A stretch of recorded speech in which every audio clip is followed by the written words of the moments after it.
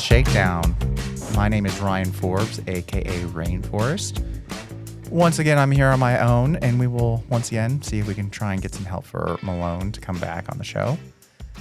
In the meantime, I thought we would talk this week about cop shows and different cop shows and what they're like in prison as well. So there's a lot of different varieties of cop shows, and I am well familiar with them because, believe it or not, the most popular shows that people watch in prison are actually cop shows. Not cops, because there wasn't really a channel that showed cops in prison, but I would imagine that would have been extremely popular if it was available to inmates. However, there were the most popular show by far was a cop show, and I'm going to let you guys guess. Take a second, think about it. Think about all the different types of police dramas, police procedurals, different types of police shows there are out there, and think about what the number one show that inmates watch in prison, or at least in Texas prisons, are. I don't even have to go and look in the numbers. I'm sure this has never been researched. But I can guarantee you from my experience, and if you ask any inmate that's come out of a Texas prison, they can probably will tell you exactly what I am about to tell you. All right. You think about it? You have a show in your mind? Okay. The number one watched TV show in prison is Law and Order SVU. That's right. The number one show that inmates love to watch is they love to watch a police show where they arrest nothing but sex offenders. I don't understand it. I don't get it, but they love it. And on top of it,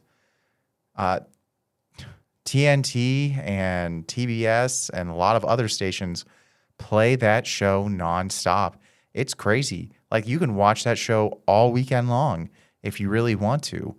The amount of airtime that gets dedicated to that show alone, it's crazy. There's no other show that I know of that gets so much airtime. Not even the regular other Law and Order shows get so much. There is an up-and-coming one that is getting a lot more airtime, that it was also extremely popular amongst the inmate population. And that one is Chicago PD. And the reason I know that is because, I mean, obviously, I knew that because I was locked up. And when you're in the day room, there's two deep TVs blasting.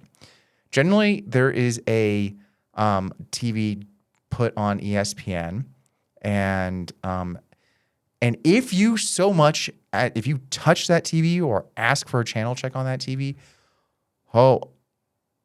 you're just asking for a fight. Like, and I'm not talking about a verbal altercation or an issue with the officer. Someone will physically want to attack you over that. I never was a huge fan of watching sports on TV. It's fun to watch them live. However, after years of we need to have ESPN on with it showing hours and hours of the same exact thing on repeat. I'm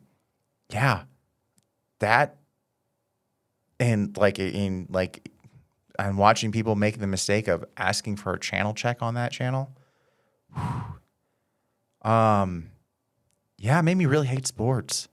And we may have to have an episode just specifically dedicated to what the hell's with sports in this country, because I don't understand that.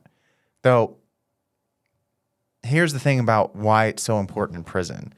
The reason sports so important in prison, why it's such a big deal, is because it has to do with gambling. People make money off of those games. They watch sport. When they're watching SportsCenter, they're trying to get the inside track and trying to find out who's playing, what's playing, get the latest updates so that they know what to put their money on this week.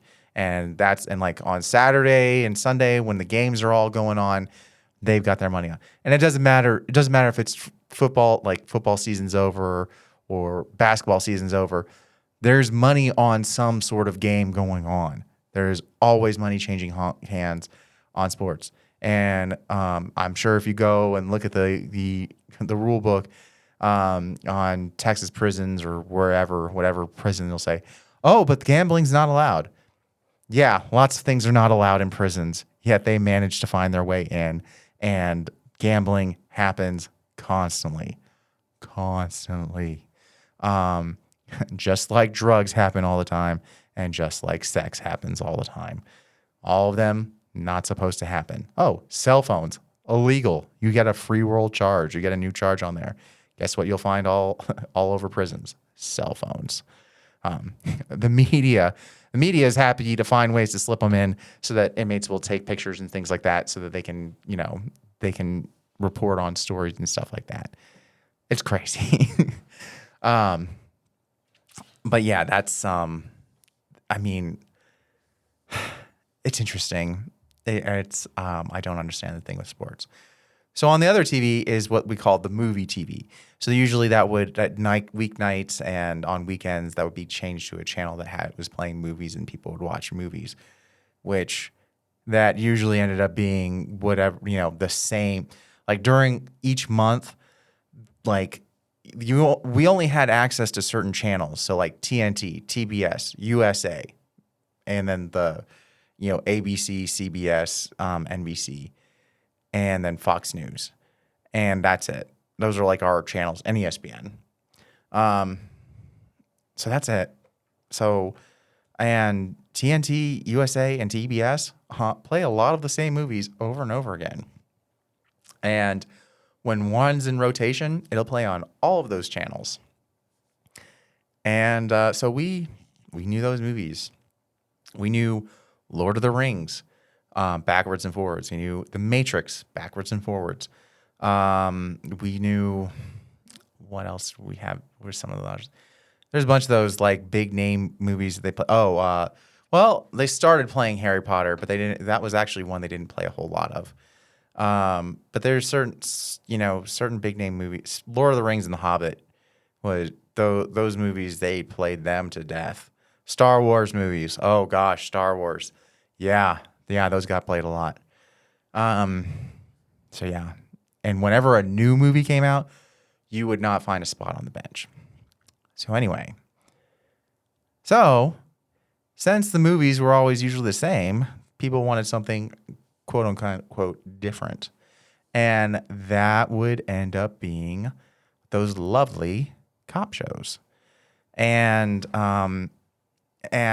even though, once again, they probably have seen even though there's thousands of episodes of SVU and maybe hundreds of episodes of Chicago PD, I really don't know. I really don't care. And I hope it goes away. I really hope both these shows, they really need to go away because they're really awful. And the reason that they're really awful is because they talk about a reality. Like the way they depict criminal justice does not exist. And so Law and Order, the way it works is a crime happens. Then the police find out about the crime. The police immediately start investigating. And then you'll see scenes of them going door to door, tracking the case down, making calls, doing, investigating. And there's a lot of, if you watch the show, they're walking constantly. They're walking from place to place doing this, walking around town. They're going across all around the city of New York. This is for every Law and Order, all right? It doesn't matter if it's SVU or something else. They're doing this constantly.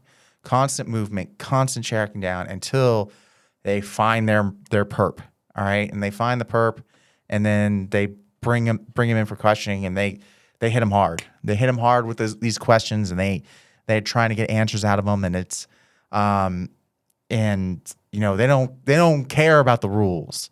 They're gonna get the questions out of them, and then they go, and then that person once they're convinced that that's the person who did it, then they'll go in front of a judge, and then now it's the DA's job to seal the deal and get this person all the time, get them as much prison time, get them the harshest sentence possible, because that's what that victim needs. That victim needs to cry on the stand And then once that victim cries on the stand, the perp needs to come up there and then angrily admit that he did it, but it's the world that messed him up, and show what an awful person he is, and then take no responsibility for what he did, but just be angry because they're just evil people and they'll never take responsibility and they should just be shot in the head anyway. So that's Law and Order. That's the Law and Order universe. Please let me know, Ryan at shakedown.show. Let me know if I messed up the Law and Order episodes for you. I've seen a few of them, so I have a feeling from the ones that I saw, that's exactly what happens. Anyway, and I'm sorry if I spoiled an episode for you. I'm sorry if I spoiled it. The next one is Chicago PD. Chicago PD, I didn't think they could do worse. It's made by the exact same people as the people who make Law and Order. I didn't think he could go worse, but this is once again, it's a police show where it's showing the police solving crimes at any cost. I have not seen much of this show, but I remember sitting down and deciding to watch it one day just to see, because I understood that this was a pro-police, we need to support the police, hoorah show. And I want no part of that. Once again, it's not because I hate police. It's because that's not how we solve problems. Police should be the last line of defense, or the last possible option when a bad thing happens. When a problem happens, we need to find ways to heal. That is the key part, healing. All right. It's about finding ways to take, it's how do we heal the person? Like when someone robs a bank, how do we heal the person who was robbed? How do we heal the person who's doing the robbing and make them into a productive member of society? And that goes for every crime. How do we heal the victim so that we can get them as close as back to where they were so that they can move on and move past this event? And how do we take the person who committed the offense and get them to move past this as well and be a productive member of society? That's what we're trying to do. That's the ultimate goal. And I feel like that should be the goal every time. Chicago PD doesn't care about any of that. They're not trying to hear any of that noise. What I witnessed on Chicago PD with the first time I tried and sit down and watch it, the captain or whatever comes into a bar with a lead pipe, and he's asking some questions. And the bartender doesn't want to answer because he's protecting his friend. It doesn't matter. He doesn't want to answer. The captain comes in plain clothes to ask him questions. Technically in this universe, I imagine it happens in America where you're not required to answer the questions. Okay. And then the captain proceeds to beat the bartender with a lead pipe. Mind you, the bartender isn't the suspect, all right? The bartender just knows may or may not know something about the suspect. And he beats him with the lead pipe, and then, of course, he reveals, I did know a thing, and then points him in the right direction. First, yeah, I would know something too if you beat me with a lead pipe. I'd point you in any direction that gets the lead pipe off of me. Second, why with everything going on would we be promoting this? Why is this a show? Why is this even allowed to be on TV? And the fact that the inmates love this also baffles me. I don't understand it. But they love it. And part of the thing, I do understand the appeal of both of these universes. And the appeal is this. It's a universe where there's good people and there's evil people. And if we can just track down the evil people, then all of the evil, we can just take the evil, put it in a box, and remove it from the world. And then all the good people can just be happy and live their lives. That's the universe where these come from. There's good and evil, and that's it. But that's not it. That's not what the world is. And a lot of people, they will say that everything they know about the legal system comes from Law and Order and probably Chicago PD now. And that is scary to think about because those shows don't portray reality. They portray this fictional world, which, once again, very comforting to live in. It's a great idea. Like, it'd be nice. It'd be nice if we could just go through, find each evil person, send them to the moon, and be done with it. And then there's no more evil. All right? If we, in the biblical sense, if we just got rid of Cain, then boom, we're done. It's over. Good day. And everyone could be happy. But that's not what's happening. And people do things because of motivations. They get motivated to do deviant behavior. And they understand risk rewards. They usually understand these things. And a lot of them, in many situations, if they knew a different way to do these things, if they knew a legal way to achieve their goals, they would go about it. But we don't offer them that. And they definitely aren't going to learn it in prison. And prison is specifically for learning how to be a more deviant. Not necessarily a better deviant, just more deviant. And that's so anytime we say, oh, let's send them off to prison, just remember what you're saying is, I want to pay, because you're paying for it, I want to pay to send people to a place so that they can become more deviant. And that's it. And it doesn't matter if they've been there 100 times before, they will learn a new lesson each time. There will be a different person there they haven't met before, and they'll learn a new trick. And they might not learn it well. They might come right back through the door. But they'll learn something. So, and on the topic of police shows,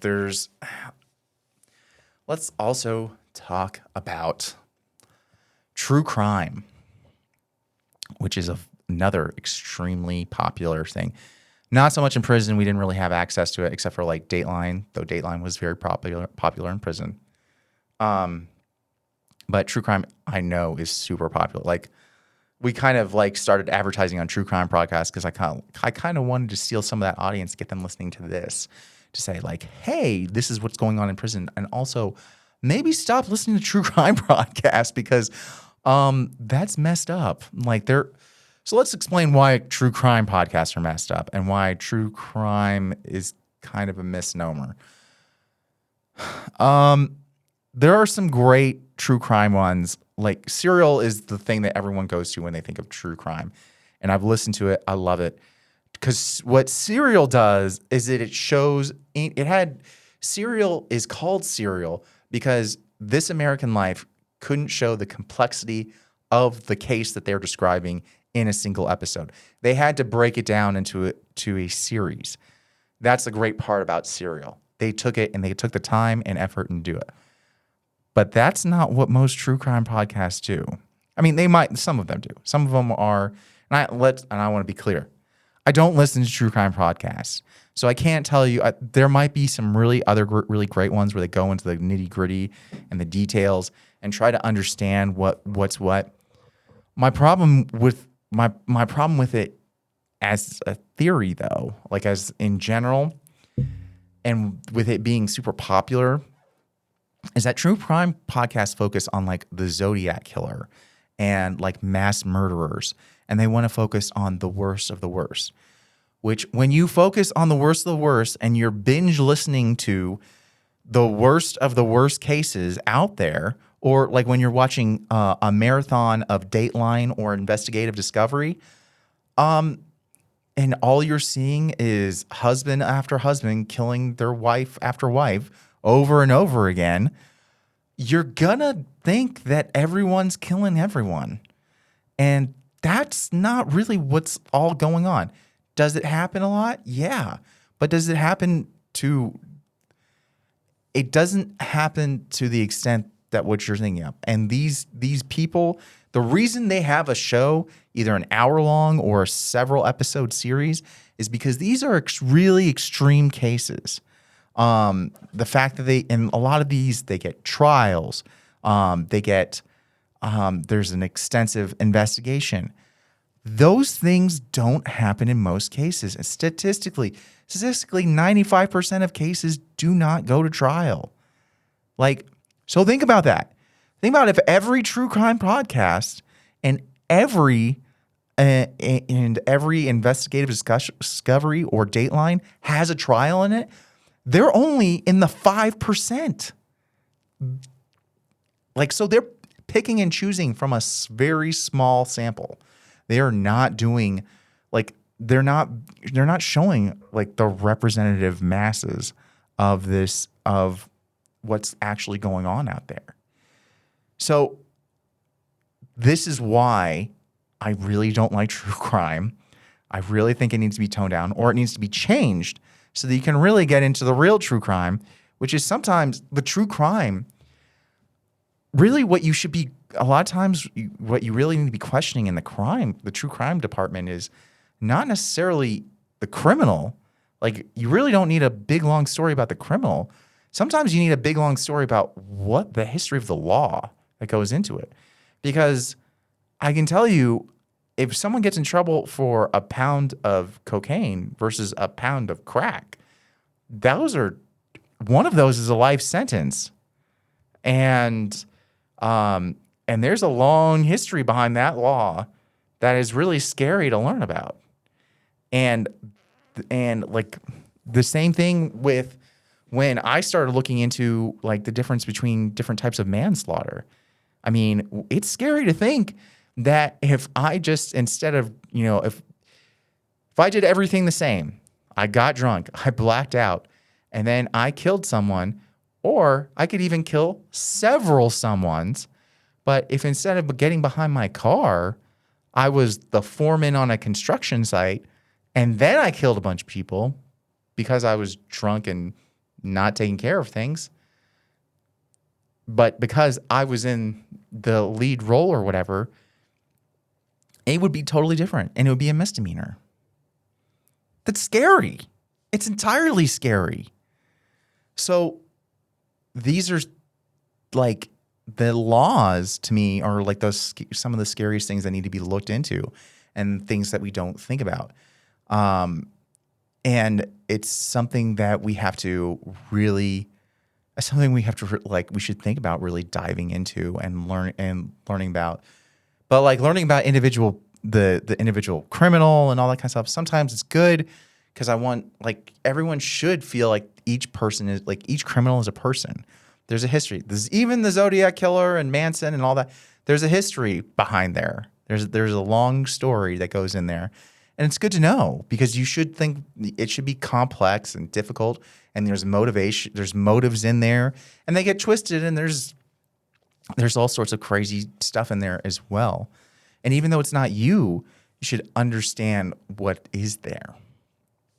And then, so that way, like I said, when the next version of them comes out, it will be easier to identify them and maybe even help them before they start harming others, which to me is always the ultimate goal. And on that, I think we're going to start wrapping this up. Once again, I appreciate everyone for listening. I'm enjoying doing these bulk episodes, and I look forward to doing more and sending out more and I'm excited to have more of these episodes coming out. Send me emails, ryan@shakedown.show, for any suggestions or tips or ideas, and or to Cuss at Malone. I will be happy to forward those to him. And thank you everybody, and thank you for listening. The Shakedown was produced at Longmont Public Media, and our theme song Shakedown was brought to you by Envato Elements. If you want any Shakedown merchandise, or you want to support the show, you can go to waywordpress.com. That's WAYWORD press.com.